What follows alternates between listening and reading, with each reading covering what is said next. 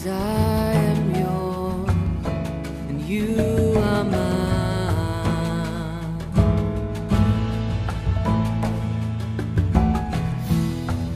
'Cause I am yours and you are mine.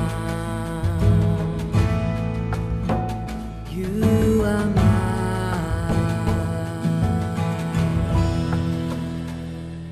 సమూయేలు రెండవ గ్రంథము 15వ అధ్యాయము మొదటి వచనం నుండి.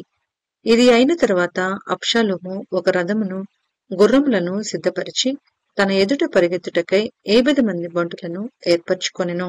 ఉదయముననే లేచి బయలుదేరి పట్టణము యొక్క గుమ్మపు మార్గమందు ఒక తట్టున నిలిచి రాజు చేత తీర్పు నొందుటకై వ్యాజ్యమాడు వారెవరైనను వచ్చి ఉండగా కనిపెట్టి వారిని పిలిచి, నీవు ఏ ఊరి వాడవని అడుగుచుండెను.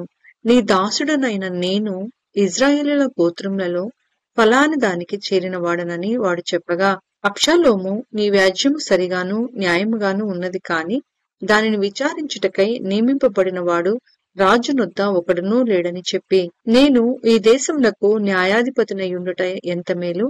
అప్పుడు వ్యాజ్యమాడు వారు నా యొద్దకు వత్తురు, నేను వారికి న్యాయము తీర్చుదునని చెప్పుచూ వచ్చెను. మరియు తనకు నమస్కారము చేయుటకై ఎవడైనను తన దాపునకు వచ్చినప్పుడు అతడు తన చేయి చాపి అతన్ని పట్టుకొని ముద్దు పెట్టుకొనుచూ వచ్చెను. తీర్పు నొందుటకై రాజునొద్దకు వచ్చిన ఇజ్రాయేలీలకందరికీ అబ్షాలోము ఈ ప్రకారం చేసి ఇజ్రాయేలీలందరినీ తన తట్టు త్రిప్పుకొనెను.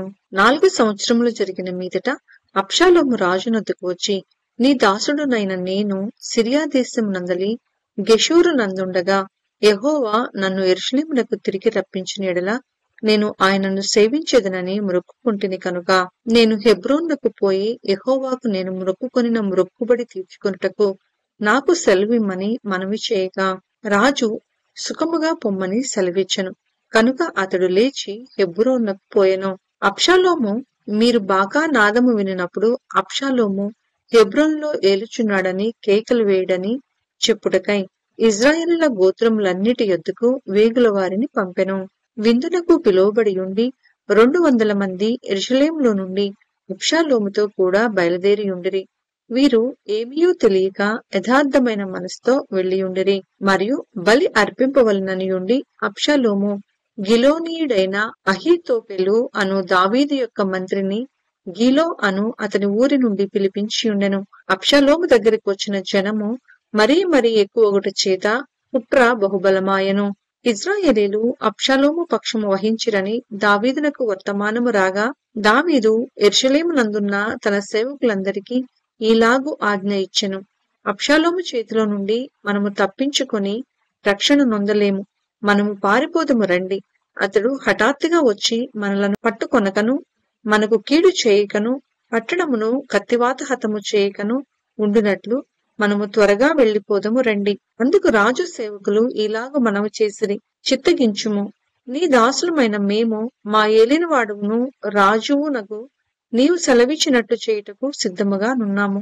అప్పుడు రాజు నగరిని కనిపెట్టుటకై ఉపపత్నులకు 10 మందిని ఉంచిన మీదట తన ఇంటి వారినందరినీ వెంట పెట్టుకుని కాలినడకను బయలుదేరెను. రాజును అతని ఇంటి వారును బయలుదేరి బెత్మహారుకు వచ్చి బస చేసిరి. అతని సేవకులందరినూ అతని ఇరు పార్శ్వములు నడిచిరి. కెరీతీయులందరినూ పెలేతీయులందరినూ గాతు నుండి వచ్చిన 600 మంది గిత్తీయులను రాజునకు ముందుగా నడుచుచుండిరి. రాజు గిత్తీయుడగు ఇత్తయిని కనుగొని, నీవు నివాస స్థలము కోరు పరదేశివై ఉన్నావు. నీవెందుకు మాతో కూడా వచ్చుచున్నావు? నీవు తిరిగిపోయి రాజున్న స్థలమున ఉండుము.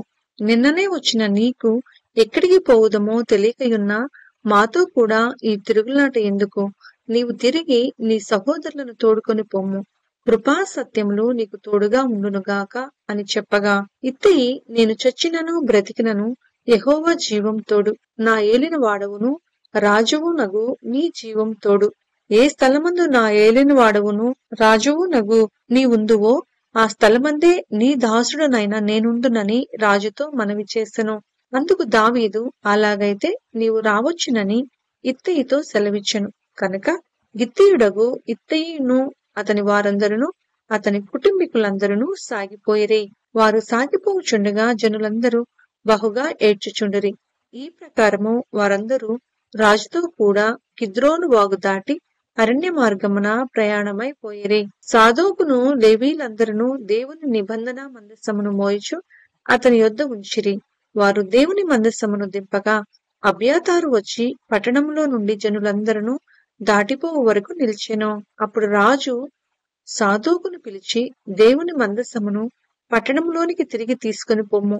యెహోవా దృష్టికి నేను అనుగ్రహము పొందిన ఎడల ఆయన నన్ను తిరిగి రప్పించి దానిని తన నివాస స్థానమును నాకు చూపించెను. నీ యందు నాకిష్టం లేదని ఆయన సెలవిచ్చిన ఎడల ఆయన చిత్తము నీ దృష్టికి అనుకూలమైనట్టు నా ఎడల జరిగించుమని నేను చెప్పుదునని పలికి, యాజకుడైన సాదోకుతో ఇట్లనెను, సాదోకు, నీవు దీర్ఘదర్శివి కావా? శుభముంది నీవును నీ కుమారుడగు అహిమయస్సు అబ్యాతారునకు పుట్టిన యోనాతాను అను మీ ఇద్దరు కుమారులను పట్టణంనకు పోవలెను. ఆలకించుము. నీ యొద్ద నుండి నాకు రూఢి అయిన వర్తమానము వచ్చు వరకు నేను అరణ్య మందలి రేవుల దగ్గర నిలిచియుందును. కాబట్టి సాదోకును అబ్యాతారును దేవుని మందస్సమును యెరూషలేమునకు తిరిగి తీసుకొని పోయి అక్కడ నిలిచిరి.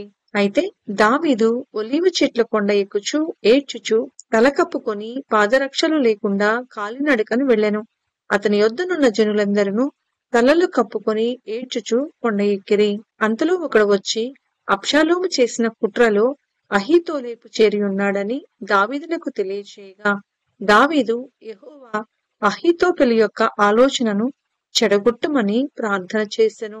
దేవుని ఆరాధించు స్థలం ఒకటి ఆ కొండ మీద ఉండెను. వారు అచ్చటికి రాగా అర్కీయుడైన హూషై పై వస్త్రములు చింపుకొని తల మీద ధూళి పోసుకొని వచ్చి రాజును దర్శనము చేసెను. రాజు, నీవు నాతో కూడా వచ్చిన ఎడల నాకు భారముగా ఉందువు. నీవు పట్టణములకు తిరిగిపోయి, రాజా, ఇంతవరకు నీ తండ్రికి నేను సేవ చేసినట్లు ఇకను నీకు సేవ చేసేదనని అబ్షాలోముతో చెప్పిన ఎడల నీవు నా పక్షపు వాడవై ఉండి అహీతోపెలు యొక్క ఆలోచనను చెడగొట్టగలవు. అక్కడ యాజకులైన సాదోకును అబ్యాతారును నీకు సహాయకులుగా నుందురు. కాబట్టి రాజనగరి యందు ఏదైనను జరుగుట నీకు వినబడిన ఎడల యాజకుడైన సాదోకుతోనూ అబ్యాతారుతోనూ దాన్ని చెప్పవలెను. సాదోకు కుమారుడైన అహిమయస్సు అబ్యాతారు కుమారుడైన యోనాతాను అనువారి ఇద్దరి కుమారులు అచ్చటనున్నారు. నీకు వినబడినదంతయు వారి చేత నా ఎద్దుకు వర్తమానము చేయమని చెప్పి అతనిని పంపివేసెను. దావీదు స్నేహితుడైన హూషై పట్టణమునకు వచ్చుచుండగా అబ్షాలోమును యెరూషలేము చేరెను. సమూయేలు 2వ గ్రంథము 16వ అధ్యాయము 1వ వచనం నుండి. దావీదు కొండ శిఖరము అవతల కొంచెము దూరము వెళ్లిన తరువాత మెఫీబోషెతు సేవకుడైన సీబా గంతలు కట్టిన 2 గాడిదలను తీసుకుని వచ్చెను. 200 రొట్టెలను, 100 ద్రాక్ష గెలలను, 100 అంజూరపు అడలను, ద్రాక్షారసపు తిత్తి ఒకటియు వాటి మీద వేసియుండెను.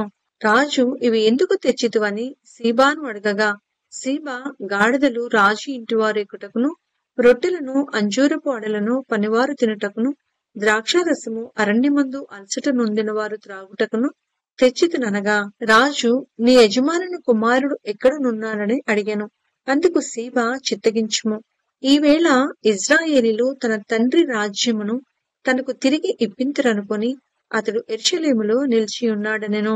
అందుకు రాజు, మెఫీబోషెతునకు కలిగినదంతయు నీదే అని సీబాతో చెప్పగా, సీబా, నా ఏలినవాడా, రాజా, నీ దృష్టి యందు నేను అనుగ్రహము పొందుదును గాక, నేను నీకు నమస్కారము చేయుచున్నానెను. రాజైన దావీదు బహూరీము దాపునకు వచ్చినప్పుడు సౌలు కుటుంబకుడగు గెరా కుమారుడైన షిమి అనునొకడు అచ్చట నుండి బయలుదేరి వచ్చెను. అతడు వెంట నడుచుచు దావీదును శపించుచు, జనులందరూ బలాఢ్యులందరూ దావీదు ఇరుపార్శ్వముల నుండగా రాజైన దావీదు మీదను అతని సేవకులందరి మీదను రాళ్లు రువ్వుచూ వచ్చెను. ఈ షిమీ నరహంతకుడా, దుర్మార్గుడా, చీపో, నీవేలవలెనని నీవు వెళ్లగొట్టిన సౌలు ఇంటివారి హత్యను యెహోవా నీ మీదికి రప్పించి యెహోవా నీ కుమారుడైన అబ్షాలోము చేతికి రాజ్యమును అప్పగించియున్నాడు.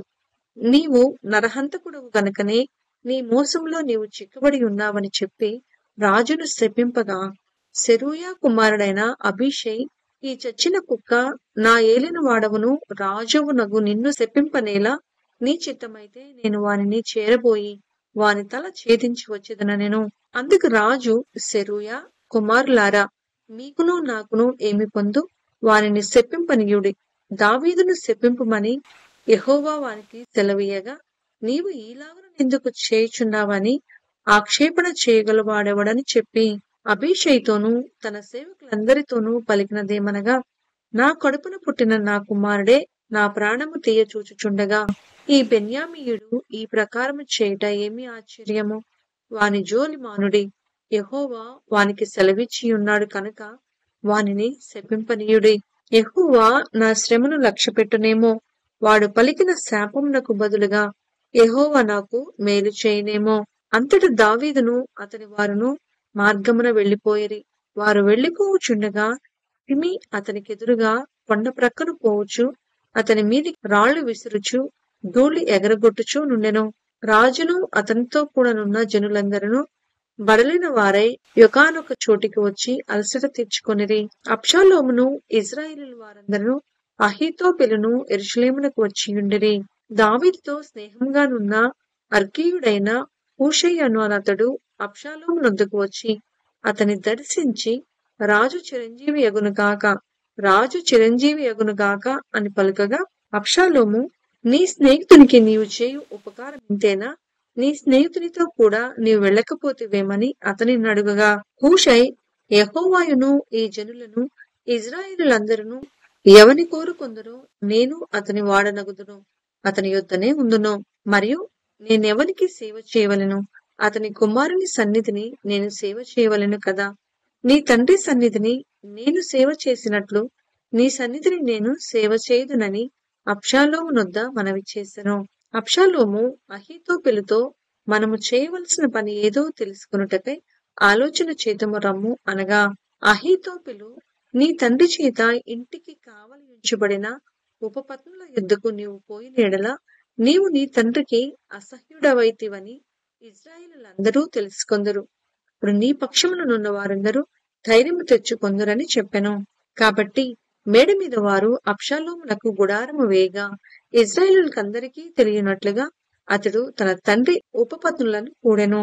ఆ దినములలో అహీతోపెలు చెప్పిన ఏ ఆలోచన అయినను ఒకడు దేవుని యొద్ద విచారణ చేసి పొందిన ఆలోచన అయినట్టుగా ఉండెను. దావీదును అబ్షాలోమును దానిని అట్లే ఎంచుచుండిరి.